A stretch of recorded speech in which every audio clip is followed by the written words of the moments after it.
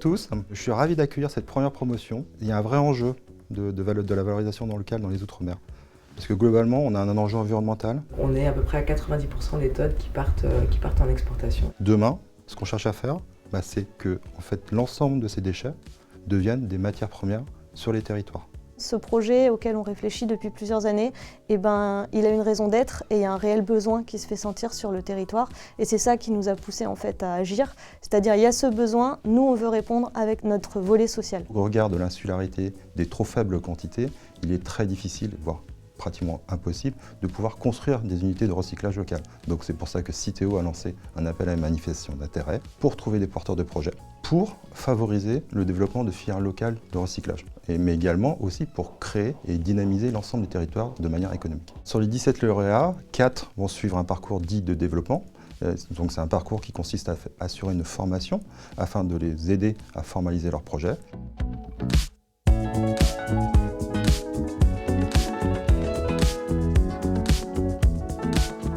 En fait, ça m'a donné une nouvelle réflexion sur les décisions à prendre, sur les décisions économiques à prendre sur notre futur projet. Ce parcours développement, il démarre par un cycle de formation de 3 jours pour tous ces porteurs de projets. Le premier jour sera un atelier qui sera autour de la technique, donc avoir de l'expertise autour du matériau concerné par le porteur de projet. Vous avez peut-être entendu parler de la directive plastique à usage unique. Comme ces notions rentrent dans la réglementation, on a besoin de savoir c'est quoi un plastique, qu'est-ce qui n'est pas un plastique. Et voilà. Pour le papier carton, il n'y a pas la même pression réglementaire, mais on a eu besoin de clarifier ce qu'est le matériau papier carton.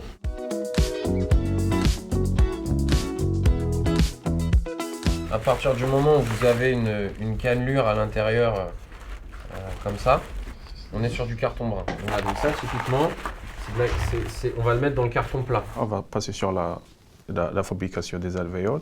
Il faut d'abord connaître les déchets, il faut savoir les caractériser. Savoir concrètement c'est quoi un déchet carton papier, quels déchets on doit viser pour notre production. C'est une formation qui va permettre à chaque participant de savoir comment avoir différents partenaires pour pouvoir développer leur projet. Notamment bien choisir nos partenaires, consolider ce partenariat-là pour qu'on puisse soit mutualiser nos moyens, échanger nos compétences et ça permet de voir vraiment une vision globale avec nos partenaires du projet. Initialement, Maïko était parti d'un idéal qu'on gérerait la collecte, la valorisation, le tri, le recyclage, etc.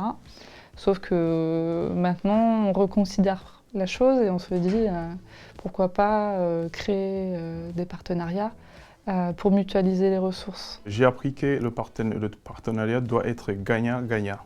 Du coup, c'est-à-dire que si j'ai des intérêts dans ce partenariat, il faut que le côté opposé a ses intérêts aussi. Donc à partir de là, vous êtes armé pour commencer à jouer avec le modèle, pour déterminer les seuils de rentabilité et d'évaluer justement la robustesse. L'atelier économique m'a permis d'apprendre comment établir un business plan rentable. Les modèles présentés permettent tout à fait de se dire, effectivement, ça c'est une trame, et voilà ce qui, moi, par rapport à mon projet, je dois ajouter ou au contraire, je dois enlever. L'apport principal pour moi, c'était essentiellement le côté dimensionnement et ce qui peut exister. C'est-à-dire que nous, les gisements qu'on vise, au début, ce sera surtout du semi-artisanal, si j'ose dire, donc des petites quantités de gisements. Alors les prochaines étapes pour ces 4 lauréats, c'est de basculer sur le parcours lancement.